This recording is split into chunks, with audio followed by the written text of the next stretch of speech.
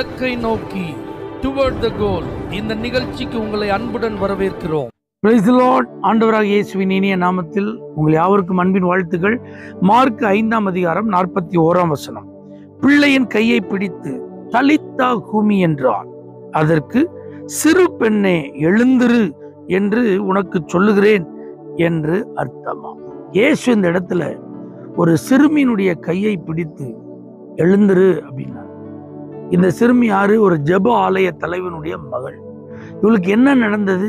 வியாதி, மரண அவஸ்தை, அதனுடைய முடிவு மரணம். இவள் மரணம் அடைய போகிறாள் என்பதை அறிந்த அந்த தகப்பன் இயேசுவை வருந்தி வீட்டுக்கு கூப்பிடுறார் பாருங்க. ஆனா அந்த நேரத்துல அவர் வருவதற்குள் மரணம் சம்பவித்து விட்டது. ஆனா ஆண்டவர் கையை பிடிச்சி எழுப்பி விட்டார். பார்த்தீங்களா? இதுதான் அற்புதம். இன்னைக்கு ஆண்டவர் கையை பிடிக்கிறார் அப்படின்னாலே முடிஞ்சிட்டு அப்படின்னு சொல்லப்பட்டதுல தான் துவக்கம் வரப்போகுது. இன்னைக்கு உங்க வீட்டுக்கு ஆண்டவர் வராரு, உங்க கையை பிடிக்கிறாருன்னா ஏதோ மனிதர்கள் வந்து உங்க கையை பிடிச்சு பார்ப்பது போல ஆண்டவர் செய்யலைங்க. இன்னைக்கு கர்த்தர் எழுப்பி விடுகிறவராக இருக்கிறார். உற்சாகப்படுத்த அவர் விரும்புகிறார். உங்களை உயிர்ப்பிக்க விரும்புகிறார்.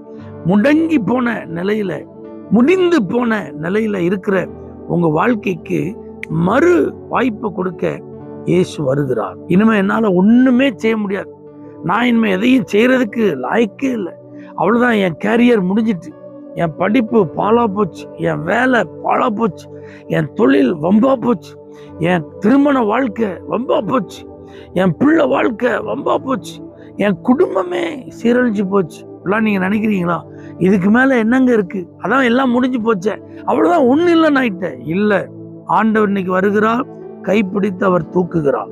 கைப்பிடிச்சு தூக்குனாலே புதிய துவக்கம், புதிய ஆரம்பம், மறு வாழ்க்கை, மறுபடி ஒரு வாய்ப்பு ஆண்டவர் உங்களுக்கு தருகிறார். சோர்ந்து போகாதீங்க.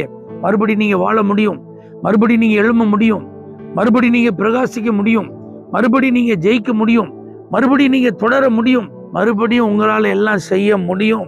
அன்னைக்கு அவள் கையை பிடித்து தூக்கினது போல இன்னைக்கு தம்முடைய வார்த்தை நிமித்தம் உங்களை உற்சாகப்படுத்துகிறாள். பேதுருவின் மாமி அவ ஜுரத்தினால கஷ்டப்பட்டு இருந்தாள். அவ கையை பிடித்து அவ எழுந்துட்டா பாருங்க. அந்த வீட்டுல அவள் இருந்து செயல்பட வேண்டியது அவசியம். அவ படுத்துட்டான்னா முடங்கிரும். ஆனா அங்க கர்த்தர் எழுப்பி விட்டார்ல, அத மாதிரி உங்க வாழ்க்கை, உங்க குடும்பம் முடங்கி போகாதபடி உங்களை எழுப்பி விட வந்திருக்கிறார்.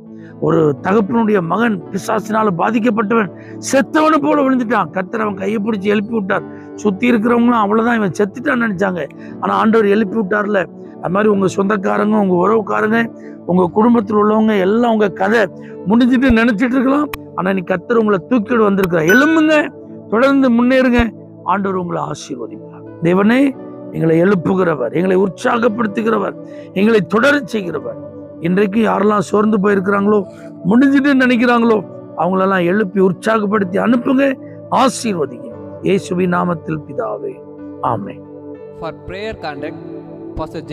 Kumar, El Shaddai Ministries, 9500252586, Surandai.